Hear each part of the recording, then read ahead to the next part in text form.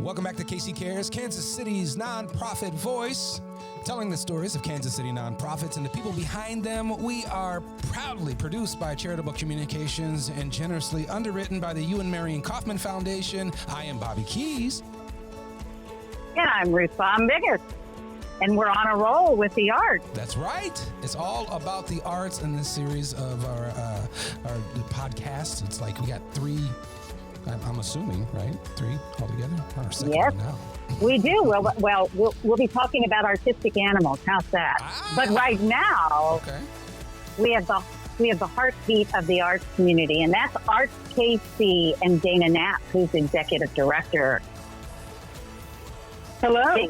We're so glad you could join us again from a safe space, but we're not stopping with the arts. Tell us what ArtsKC is focused on right now and, you know, all the things that you're engaged in. Absolutely. We are the Metropolitan Arts Council, and we are in service to our industry, and that is arts organizations and individual artists and everything that they do, both creatively, but also as they give back to the community through inspiration and production and creation. And we are here to support them in what they do. And so it's very important for our organization to be responsive to their needs and the challenges or you know, the innovation that they are facing. And so this situation, COVID, is no different. And so what we did, what ArtsKC did, and we continue to do, is we really pivoted to better support their navigation through this crisis. And so in early March, our office went remote or virtual, and we jumped right in with creating and continuing to maintain a strong arts community, a professional community. So we did that through very regular and rigorous video calls, connecting those we serve with the experts, a representative from the SBA, so they could learn directly how to access the variety of federal funding opportunities and relief funds from the federal and state governments. We connected them with business resources that help them navigate through cash flow projections and things like that. And then we also just worked really hard to build and reinforce collaboration amongst the organizations, which, you know, we are creative, we are resilient, we are innovative. So while this COVID crisis has been devastating to our industry, we are all the things I mentioned before. Therefore, everyone is really working hard, organizations and individual artists, to innovate and really reinforce their connection to participants and the audience that they've been serving for years past. And so we brought that community together, really rallied around them and did and continue to do everything we can to connect them with support and resources to help them navigate through this. So that is one of our primary things that we have done in the last 2 months. We remain remote, and we remain really on that, I hate to say routine, but on that routine, because really from the arts perspective, there's really not a portion of our industry that's really jumping back in. Even with the lifting of shelter in place, you know, we are really at the mercy of the sentiment and the confidence of the participants. And so while connecting one-on-one and in small groups, I think will be likely in the not so distant future, you know, large gatherings are going to be, I think, farther into the future for us.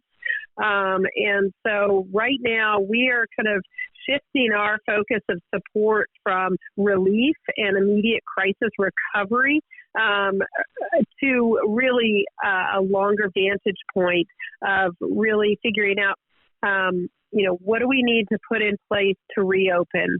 How do we reopen? What kind of strategies can we share not only in Kansas City, but across the state and nationally to better prepare our operations for reentry of the public, but also be sure to keep our participants and our audiences safe. So first and foremost, it was really focusing on supporting the crisis response. And now we're really looking towards how do we begin to step out and figure out how to recover. I will say that the arts industry, while innovative, I think really resilient, this has been financially devastating for our industry. So we have in the past and particularly now are going to be deeply reliant on the engagement and the continued financial support of our community to ensure that we see the other side of this. And I say we, I mean collectively, from the large organizations like the Performing Arts Center down to the smallest of galleries and individual artists. Is there anything that has surprised you as you dove into these waves that we now seem to be in? From your perspective as kind of the global arts organization? Well, I think on the challenging side, I think what has surprised me about this crisis, and none of us have been through this before, is the weight and the impact of the uncertainty. In the economic downturn, the recession of 07, 08, we felt it in the arts community, and it took years to recover, especially related to charitable giving and the use and people's use of their disposable income towards the arts. But what's interesting and really tragic about this particular situation is the uncertainty and this kind of living in limbo and not knowing what the timeline is, or even having enough certainty that you can begin putting precautions and revisions in place to navigate out of it. So that's been heavily weighing on our minds. On the flip side, I continue to be inspired, even after a career in the arts, continue to be inspired as we host Friday Night Arts and we highlight 6 artists from the region. I continue to be inspired by the positivity and the resilience and how, the arts and this artists and organizations in this community find that silver lining, and they elevate their practice and their self-expression in a positive and inspirational way. And that's really the power of the arts, and why the arts will be integral to both helping people sustain through this crisis, but also help to inspire our community and the individuals that will be part of the rebuilding. The arts are going to be integral to that, not only in an economic way, but in a societal and philosophical way. I wanted you to dive in, if you would, a little more about your Friday night opportunity. I mean, right. People can get entertainment. Well, I will say, so Friday Night Arts is a current partnership with KC Crew, but this Friday is the last one in that particular configuration, and we will restart after Memorial Day, probably with a little different configuration.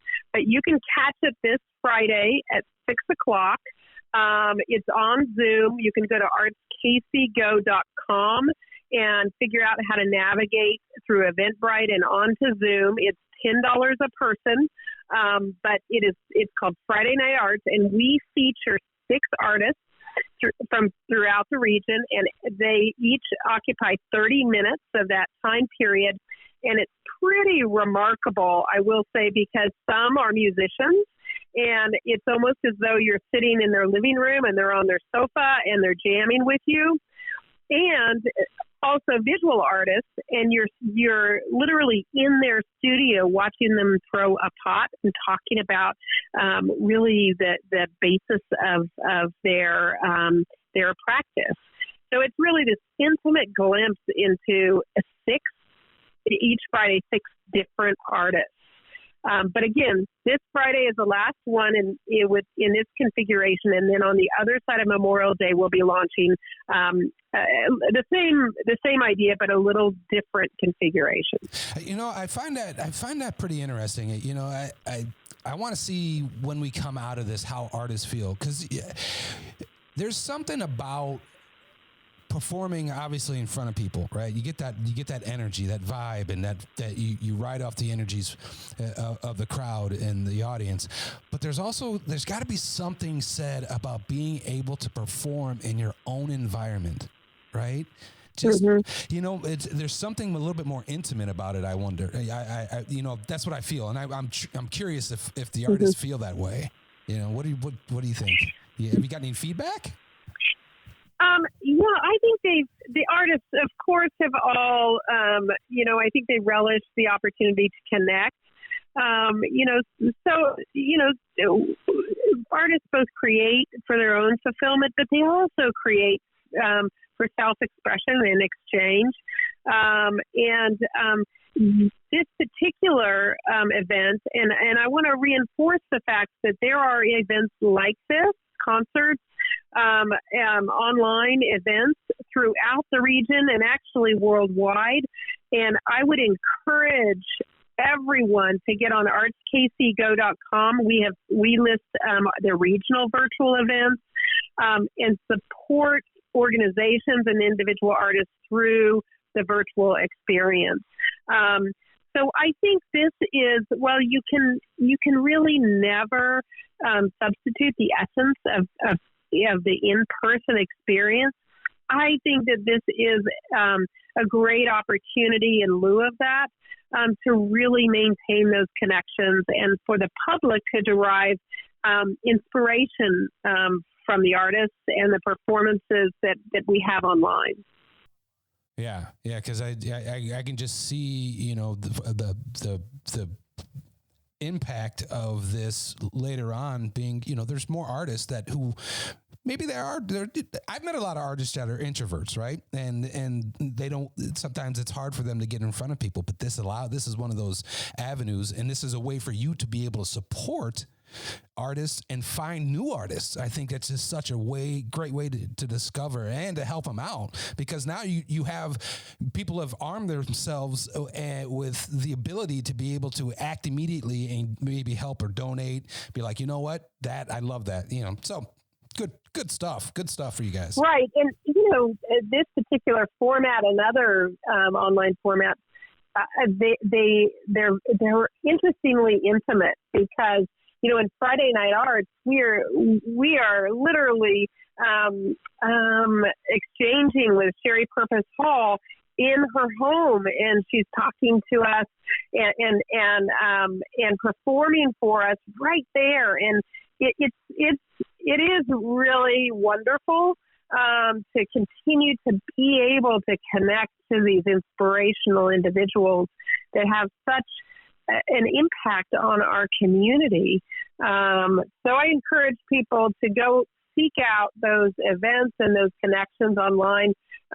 There's organizations again that are performing online and both archive and I think some new performances, but also individual artists, musicians, visual artists. So I encourage people to stay connected.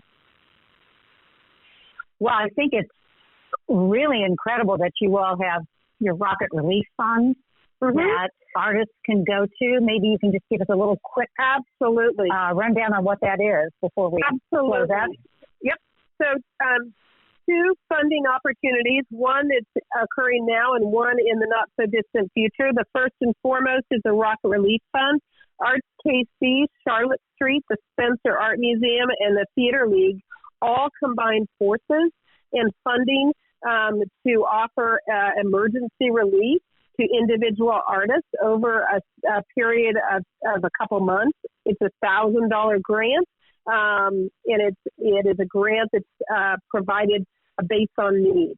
So you can apply to that, charlottestreet.org or rocketrelief.org, and you can apply to that grant if you're an individual artist. The other that's coming up and that ArtsKC will begin talking about in late May, early June is Arts Recovery Fund.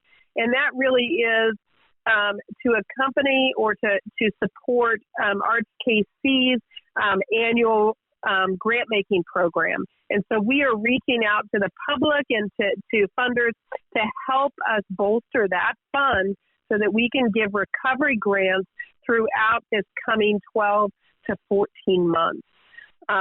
So those are two specific examples of actual investment and financial support. The Mutual Musicians Foundation is also doing a fundraiser I think in the next week or so, but they too are a wonderful organization that helps fund and support musicians in the region, and so they're doing good work as well. So that's three examples of where people can step up and really help fund organizations. In addition to that, if you have a relationship with an arts organization or an individual artist, do not forget, now is the time to buy those annual memberships, or now is the time to renew your annual tickets for the symphony or the ballet. Even though you're not participating at the moment, you need to continue to support those organizations and those artists at this time, because that is what will ultimately sustain them. Dana, thank you so much. It's ArtsKC.org. Everything is there. If you're a supporter, a participant, an audience member, let's keep the arts alive. Thanks so much. Absolutely. I appreciate the opportunity.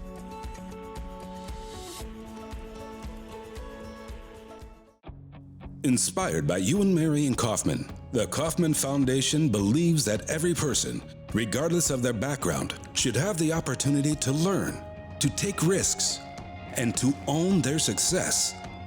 Working together with our Kansas City community and beyond, we take on approaches that break down barriers, providing people with the necessary skills throughout life to make or take a job and ultimately give back to their community. By listening to the communities we serve, tap into our learnings and relationships, and bring everyone together to build and support programs that improve education, boost entrepreneurship, and help Kansas City thrive. Learn more at Kaufman.org.